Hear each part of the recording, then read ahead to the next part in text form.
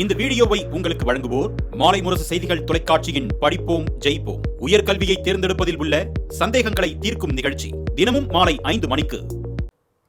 வணக்கம். மாலை முரசு செய்திகளை விரிவாக பார்ப்பதற்கு முன்பாக முதல் தலைப்புச் செய்திகளை பார்க்கலாம். பயங்கரவாதத்துக்கு எதிரான போராட்டத்தில் இந்தியாவும் பராகுவேவும் ஒன்றுபட்டுள்ளன. பராகுவே அதிபர் சாண்டியாகோ பெனாவை வரவேற்று பிரதமர் நரேந்திர மோடி பேச்சு.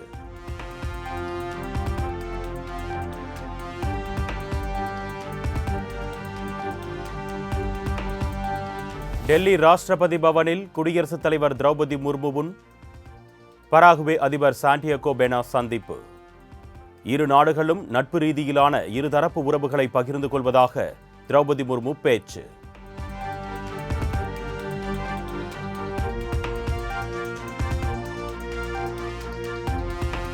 உலகளாவிய விமான போக்குவரத்து சுற்றுச்சூழல் அமைப்பில் இந்தியா மிகப்பெரிய சந்தை. டெல்லி சர்வதேச விமான போக்குவரத்து குறித்த முன்னணி பங்குதாரர்கள் பொதுக்கூட்டத்தில் பிரதமர் மோடி பெருமிதம்.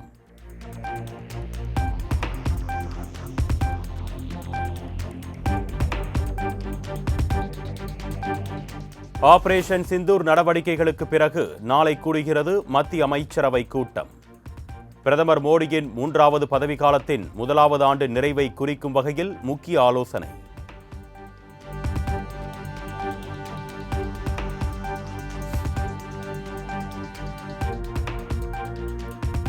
அண்ணா பல்கலைக்கழக பாலியல் வழக்கில் ஞானசேகரனுக்கு 30 ஆண்டுகள் தண்டனை குறைப்பு இல்லாமல் ஆயுள் சிறை.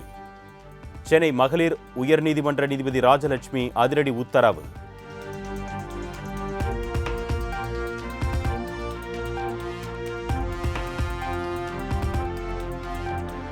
அண்ணா பல்கலைக்கழக மாணவி பாலியல் வன்கொடுமை வழக்கில் ஞானசேகரனை தவிர்த்து வேறு யாருக்கும் தொடர்பில்லை. அரசு தரப்பு வழக்கறிஞர் மேரி ஜெயந்தி திட்டவட்டம். விசாரணையில நூல் இழைய கூட அவங்க விடல, எல்லாத்தையும் கிளீனா புலன் விசாரணை பண்ணிட்டாங்க.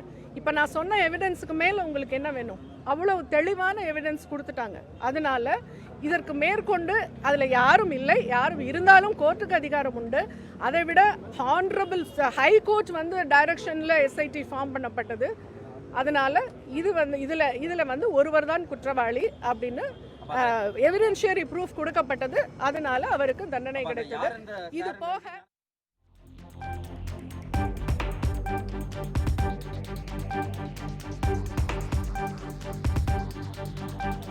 தன்னை பல்கலைக்கழக ஊழியர் என்பது போன்ற தோற்றத்தை ஏற்படுத்தவே சார் என்ற வார்த்தையை பயன்படுத்தினார் குற்றவாளி ஞானசேகரன்.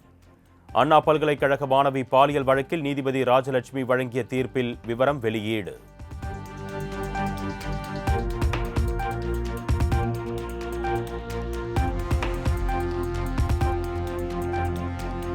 அண்ணா பல்கலைக்கழக மாணவி வழக்கில் ஞானசேகரனுக்கு கிடைக்கப்பெற்றுள்ள தீர்ப்புக்கு முதலமைச்சர் மு.க. ஸ்டாலின் வரவேற்பு. பெண்கள் பாதுகாப்பு பற்றி வேடம் போடுபவர்களுக்கு செயலால் பதில் அளித்திருக்கிறது தமிழ்நாடு காவல்துறை என்று பெருமிதம்.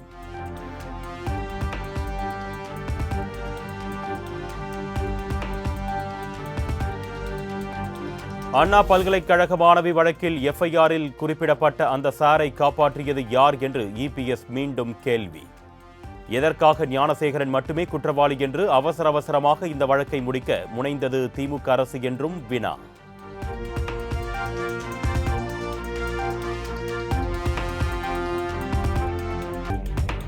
அண்ணா பல்கலைக்கழக மாணவி வழக்கில் ஸ்டாலின் சாரை நினைத்தாலும் எஃப்ஐஆரில் குறிப்பிடப்பட்ட அந்த சாரை காப்பாற்ற முடியாது. அதிமுக ஆட்சி அமைந்ததும் அனைத்து பதில்களும் கிடைக்கத்தான் போகிறது என்று எடப்பாடி பழனிசாமி பதில்.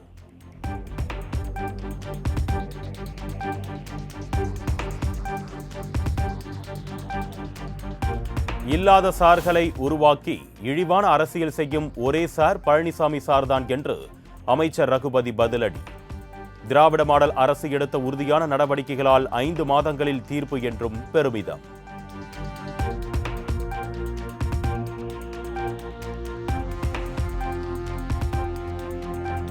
நான்கு ஆண்டுகளில் பல பாலியல் சம்பவங்களுக்கு ஏன் தீர்ப்பு வரவில்லை என்று நயினார் நாகேந்திரன் கேள்வி.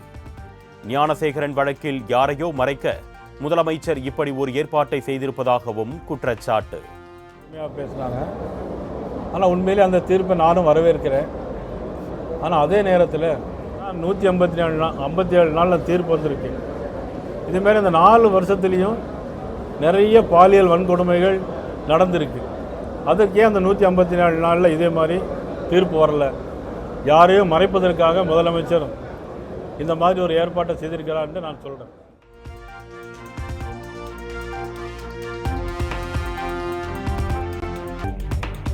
ஆன்லைன் விளையாட்டிற்கு ஆதார் இணைப்பு கட்டாயம், நேர கட்டுப்பாடு விதித்து பிறப்பிக்கப்பட்ட விதிமுறைகளை எதிர்த்து வழக்கு.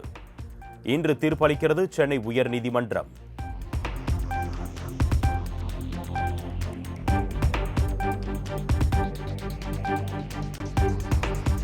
சென்னையில் இன்று 120 மின்சார பேருந்துகள் சேவை தொடக்கம்.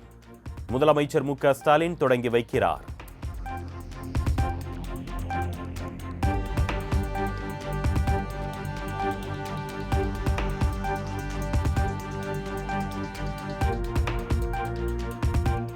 பொதுக்குழுவா கழக மாநாடா என வியக்கும் வகையில் நடந்தேறியிருக்கிறது. மதுரையில் நடைபெற்ற திமுக பொதுக்குழுவை புகழ்ந்து முதலமைச்சர் மு.க. ஸ்டாலின் எக்ஸ் தளத்தில் பதிவு.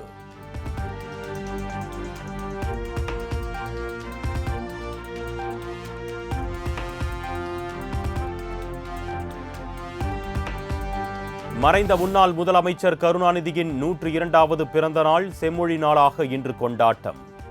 கருணாநிதியின் நினைவிடம் சிலைக்கு மாலை அணிவித்து மரியாதை செலுத்துகிறார் முதலமைச்சர் மு.க. ஸ்டாலின்.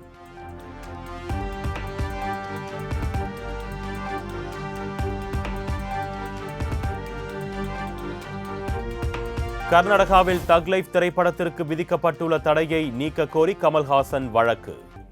கன்னட அமைப்புகளின் கடும் எதிர்ப்பை அடுத்து அம்மாநில உயர் நீதிமன்றத்தை அணுகினார் கமல்.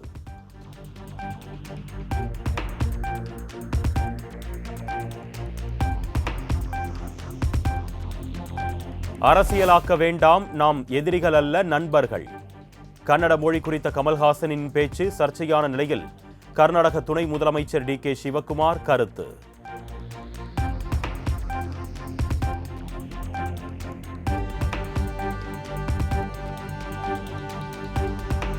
ஸ்பெயின் வெளியுறவுத்துறை அமைச்சருடன் கனிமொழி தலைமையிலான எம்பிக்கள் குழு சந்திப்பு.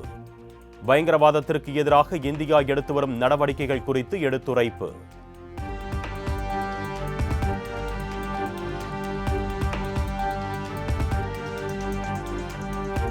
சென்னை பூவிருந்தவல்லி பரந்தூர் இடையேயான மெட்ரோ வழித்தட திட்ட அறிக்கைக்கு தமிழக அரசு ஒப்புதல்.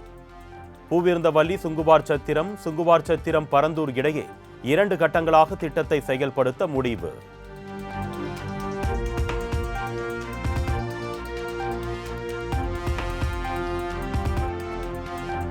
கன்னியாகுமரியில் ஓடும் ரயிலின் படிக்கட்டில் நடனமாடி வீடியோ வெளியிட்ட விவகாரம். இனி விபரீத வீடியோ வெளியிட மாட்டேன், என்னை மன்னித்து விடுங்கள் என மன்னிப்பு கோரி இளம்பெண் வீடியோ வெளியீடு. எனக்கு அது தெரியல, அது விளையாட்டுத்தனமா பண்ணிட்டேன். இவ்வளவு ப்ராப்ளம் வந்ததுக்கு அப்புறம் நான் அதுக்கப்புறம் வீடியோ டெலிட் பண்ணிட்டேன். அதை நான் தப்பு தான் உணர்ந்துக்கிறேன். இந்த மாதிரி நான் பண்றது நீங்களும் அந்த வீடியோ பண்ணாதீங்க தயவு செஞ்சு. அப்புறம் கடைசியில இன்னும் நிறைய ரிஸ்க் இருக்கு. தயவு செஞ்சு யாரும் இந்த மாதிரி ட்ரெயின்ல போகும்போது அந்த மாதிரி படிக்கட்டுல தயவு செஞ்சு நின்று வீடியோ போடாதீங்க.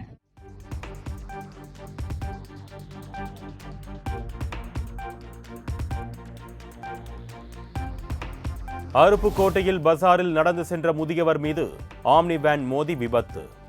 நெஞ்சை பதைக்க வைக்கும் சிசிடிவி காட்சி.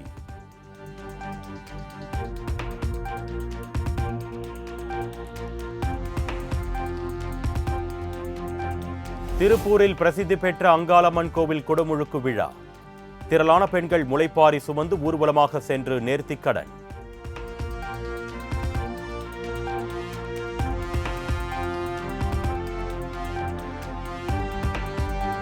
தமிழகத்தில் நேற்று மதுரை, தூத்துக்குடி, திருச்சி உள்ளிட்ட 12 இடங்களில் சதமடித்த வெயில். அதிகபட்சமாக மதுரையில் 102.92 டிகிரி ஃபாரன்ஹீட் வெப்பம் பதிவு.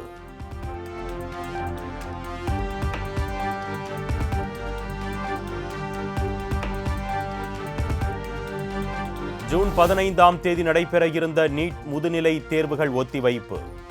ஒரே கட்டமாக தேர்வு நடத்தப்பட வேண்டும் என உச்சநீதிமன்றம் உத்தரவிட்ட நிலையில் மறு தேதி விரைவில் வெளியாகும் என அறிவிப்பு.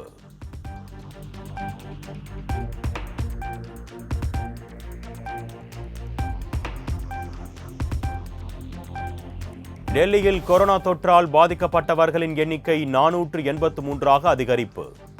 நாடு முழுவதும் 3961 பேர் பாதிக்கப்பட்டுள்ள நிலையில் கேரளாவில் மட்டும் 1435 பேர் தொற்றால் பாதிப்பு.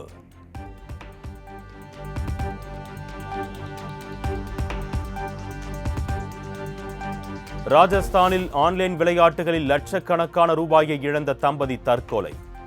5 லட்சம் ரூபாய்க்கு மேல் கடன் கழுத்தை நெரித்ததால் வேறு வழியின்றி கணவன் மனைவி விபரீத முடிவு.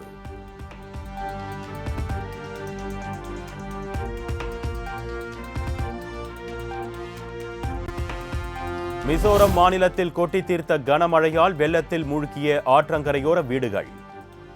நிலச்சரிவில் சிக்கி வீடுகளை இழந்த பொதுமக்கள் மாற்று பகுதிகளுக்கு இடம்பெயர்வு.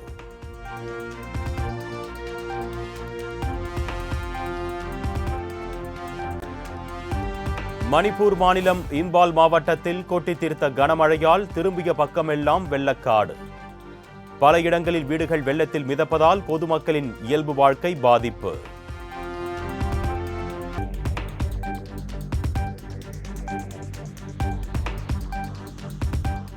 சிக்கிம் மாநிலத்தில் நிகழ்ந்த நிலச்சரிவில் சிக்கி பாதுகாப்பு படை வீரர்கள் 3 பேர் உயிரிழப்பு. மாயமான 6 வீரர்களை தேடும் பணியில் ராணுவம் தீவிரம்.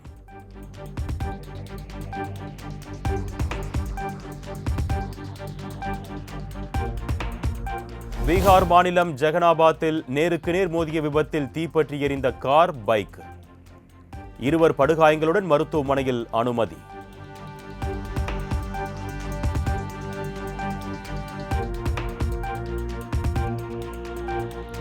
உத்தரப்பிரதேச மாநிலம் போவாலி சந்தையில் உள்ள கடைகளில் பயங்கர தீ விபத்து. பல லட்சம் ரூபாய் மதிப்பிலான பொருட்கள் தீக்கீரை.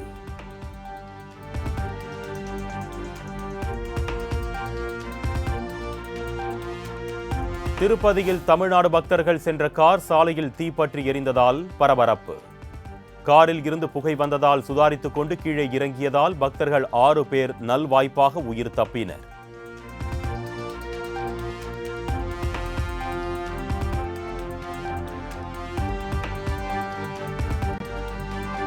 ஆந்திர மாநிலம் கிழக்கு கோதாவரியில் சாலையில் நிறுத்தப்பட்டிருந்த லாரி மீது கார் மோதி கோர விபத்து. 5 பேர் சம்பவ இடத்திலேயே பலியான நிலையில் மேலும் 2 படுகாயம்.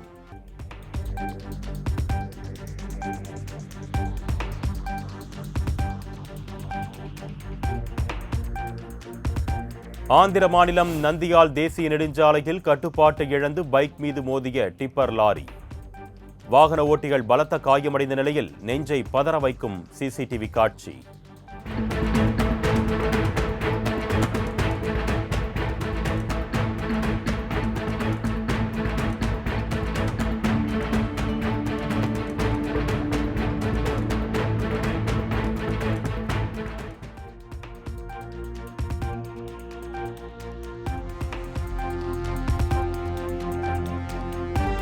கேரள மாநிலம் திருச்சூரில் 2 சக்கர வாகன ஓட்டிகளை தாக்க முயன்ற யானை கூட்டம். வாகனங்களை அங்கேயே போட்டுவிட்டு அலறியடித்து தப்பி ஓடிய வாகன ஓட்டிகள்.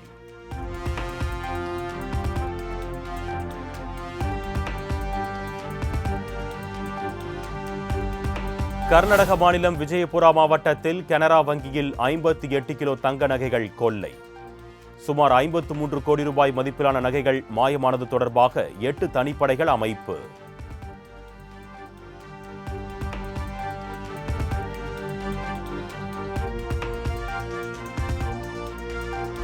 வியட்நாமில் இருந்து இந்தியா வந்தடைந்த புத்தரின் புனித நினைவுச் சின்னங்கள். புனித நினைவுச் சின்னங்களுக்கு ஏராளமானோர் மலர் தூவி மரியாதை.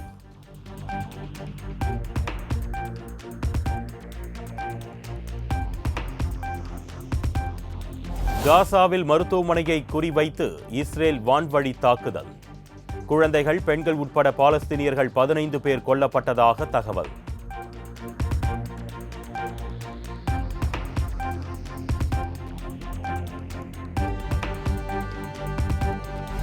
தெற்கு இத்தாலியின் சிசிலி தீவில் திடீரென வெடித்து சிதறிய எட்னா எரிமலை. பல இடங்களில் எரிமலை குழம்புகள் வழிந்தோடுவதால் சுற்றுலா பயணிகள் அலறியடித்து ஓட்டம்.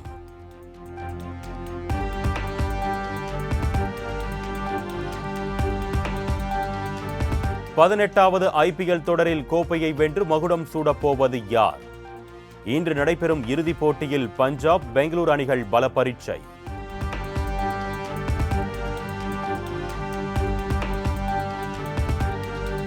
மகளிர் உலகக்கோப்பை கிரிக்கெட் போட்டிகள் செப்டம்பர் 30ஆம் தேதி முதல் நவம்பர் 2ஆம் தேதி வரை நடைபெறும். இந்தியா, இலங்கையில் போட்டிகள் நடைபெற இருப்பதாக ICC தகவல்.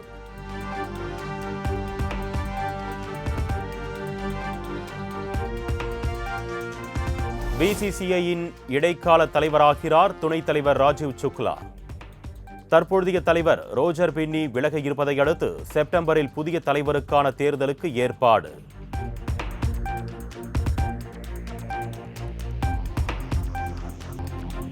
லியோ படத்தில் நடன கலைஞர்களுக்கு சம்பளம் வழங்காமல் தினேஷ் மாஸ்டர் 35 லட்சம் ரூபாய் முறைகேடு.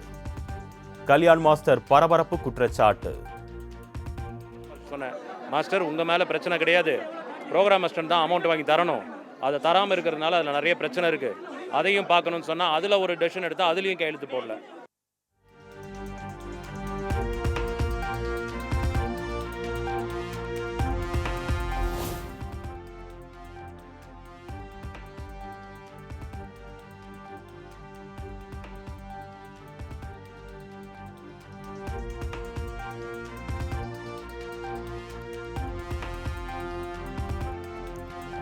ஆண்ட்ரியா நடிப்பில் உருவாகியுள்ள மனுஷி திரைப்படத்துக்கு சென்சார் சான்று வழங்க மறுக்கப்பட்டதாக புகார். தயாரிப்பாளர் வெற்றிமாறன் தொடர்ந்த வழக்கு சென்னை உயர்நீதிமன்றத்தில் விரைவில் விசாரணைக்கு வர இருப்பதாக தகவல்.